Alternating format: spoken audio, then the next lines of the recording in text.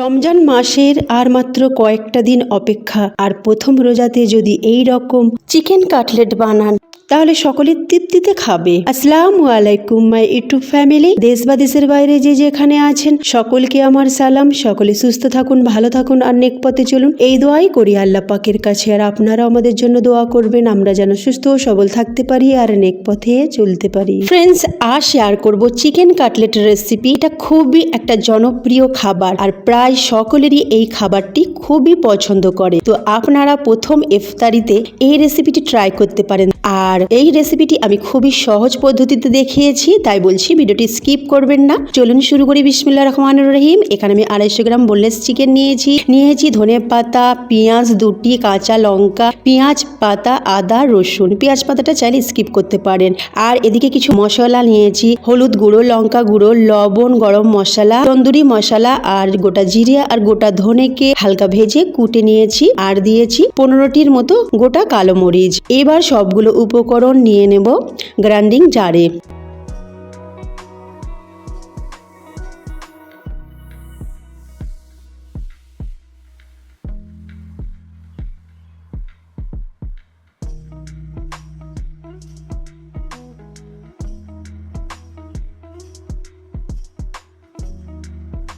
আর দিয়ে দেব একটা ব্রেড ছোট ছোট করে টুকরো করে, আর 1 চামচ লেবুর রস দেব, আর দেব পরিমাণ মতো তেল, এই 1 টেবিল চামচের মতো। আর আপনারা এখানে একটা ডিমও ভেঙে দিতে পারেন, তবে আমি ডিমটা স্কিপ করলাম। এবার 2 থেকে 3 বার মিক্সিটা চালিয়ে একটা পেস্ট বানিয়ে নিয়েছি। একদম ফাইন পেস্ট না, দেখি বুঝতে পারছেন কেমন বানিয়েছি। আপনাদের কাছে চপার থাকলে চপার দিয়ে এটা করে নিতে পারেন, খুব ভালো হবে। যাই হোক, আমি করে নিয়েছি। এবার একটা প্লেটে ট্রান্সফার করে নেব।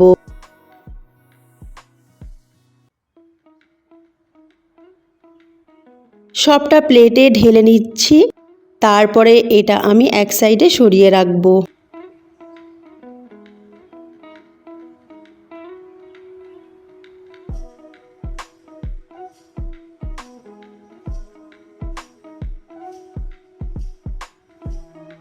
এবার একটা ডিম নিয়েছি, ডিমটাকে ভেঙে নেব আর খুব ভালো করে ফেটে নেব। একটা ডিমই যথেষ্ট। এবার ডিমটাকে খুব ভালো করে ফেটে নিয়ে তারপরে এক সাইডে সরিয়ে রাখবো।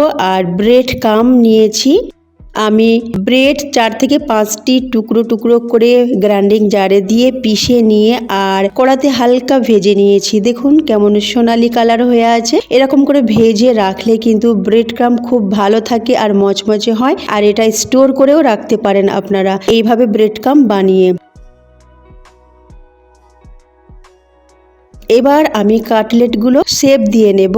তো আমার হাতের মুঠোয় যতটা ধরছে এইভাবে নিয়ে গোল করে নিলাম, তারপরে একটু লম্বা করে নেব, তারপরে কাটলেটের শেপটা দিয়ে দেব। এই কাটলেটটা আমার পরিবারের কিন্তু সকলেরই পছন্দ হয়েছে, আশা করছি আপনার পরিবারেরও ভালো লাগবে।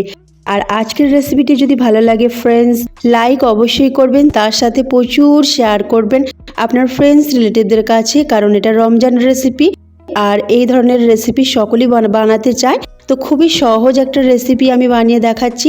তো অবশ্যই আপনার ফ্রেন্ডস রিলেটিভদের কাছে শেয়ার করবেন, তার সাথে কমেন্ট করে আমাকে জানাবেন কেমন আপনাদের লেগেছে।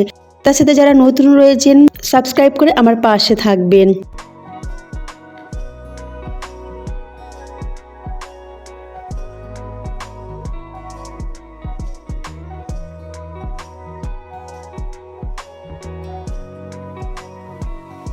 সবগুলো গড়ে নেওয়া হয়ে গেছে, দেখুন আমি এরকম করে নিয়েছি। এবার আমি ফেটে নেওয়া ডিমটা আর একবার একটু ফেটে নিলাম। আর একটা কাটলেট দিয়ে দিলাম, দিয়ে কাঁটা চামচের মাধ্যমে উল্টে নিয়ে তারপরে ব্রেড ক্রাম্বটা নিয়ে নিলাম।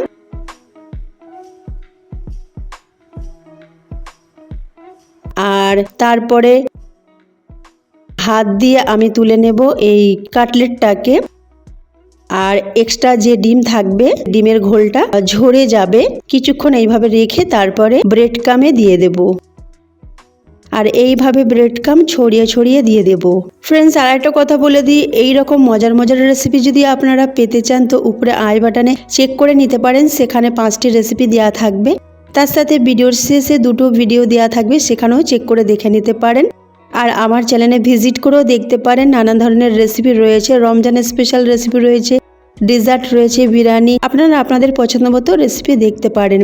আর ভালো লাগলে অবশ্যই আমাকে একটা লাইক করবেন। আপনাদের একটি লাইক আমাকে খুবই মোটিভেট করে আর নতুন নতুন রেসিপি আনতে খুবই হেল্প করে। তাই অনুরোধ করে বলছি, অবশ্যই একটা লাইক করবেন আর তার সাথে শেয়ারও করবেন। এবার দেখুন গড়ে নেওয়া হয়ে গেছে প্রত্যেকটি কাটলেট, দেখতে কত সুন্দর লাগছে। এবার আমি ভেজে নেব। চলে যাব গ্যাসের কাছে। আগে থেকে আমি তেল গরম করতে দিয়েছিলাম। তেলটা আমি মাঝারি আঁচে গরম করেছি, জোর আঁচে নয়।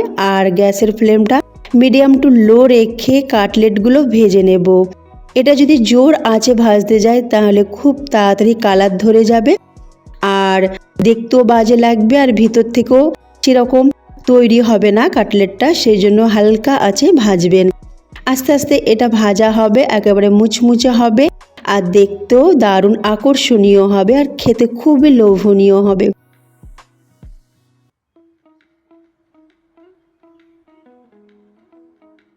এইভাবে আমি ভেজে নেব সবগুলো কাটলেট। দেখুন একটা একটা করে দিচ্ছি, আর তারপরে ভাজা হয়ে গেলে একটা একটা করে তুলে আমি প্লেটে নিয়ে নেব।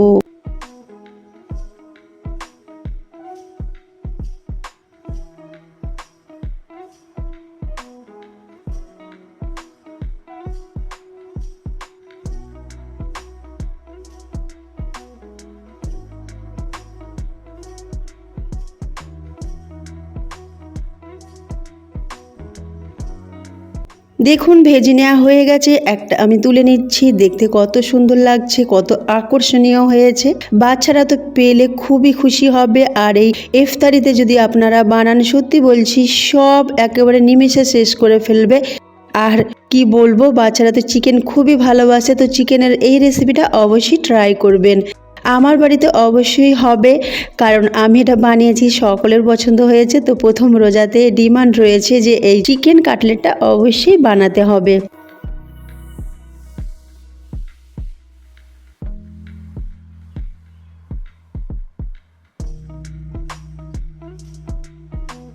এবার আমি প্লেটে তুলে নিচ্ছি সবগুলো আর পরিবেশন করে নেব টমেটো সস দিয়ে। এটা আমার হোমমেড টমেটো সস, এই সস দিয়ে আমি পরিবেশন করে নেব। আপনারা চাইলে ধনেপাতার চাটনি দিয়েও পরিবেশন করতে পারেন, খেতে কিন্তু অসাধারণ লাগে। দেখুন মাশাআল্লাহ কত সুন্দর ভিতরে টেক্সচারটাও লাগছে আর খেতেও দারুণ হয়েছে। তো ফ্রেন্ডস, এইরকম নতুন নতুন রেসিপি দেখার জন্য আমার চ্যানেলটিকে সাবস্ক্রাইব করবেন আর আমার পাশে থাকবেন। আজকে এই মতো রইল, আল্লাহ হাফেজ।